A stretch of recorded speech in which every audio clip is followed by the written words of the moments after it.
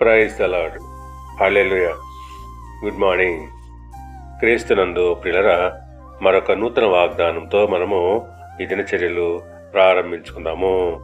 ఈనాటి దేవుని వాగ్దానము మత్తయి సువార్త 8వ అధ్యాయము 17వ వచనము. ఆయనే మన బలహీనతలను వహించుకొని మన రోగములను హరించెను. ప్రియులరా, ఆయన మన బలహీనతలను తీసుకును, మన రోగములను భరించెను. ఇది ప్రవచనము నెరవేర్పు.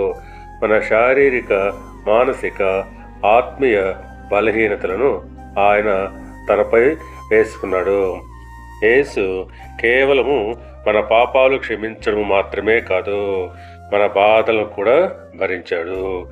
యేసు మన బాధలు అర్థం చేసుకుంటాడు. ఆయన దగ్గరికి వచ్చిన వారిని ఆయన ఖాళీగా పంపడు.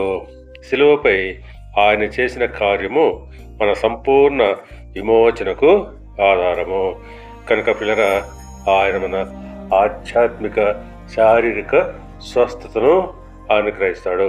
దేవుడు మిమ్మల్ని దీవించి ఆశీర్వదించి వర్ధిల్ల చేయనుగాక. ఆమేన్.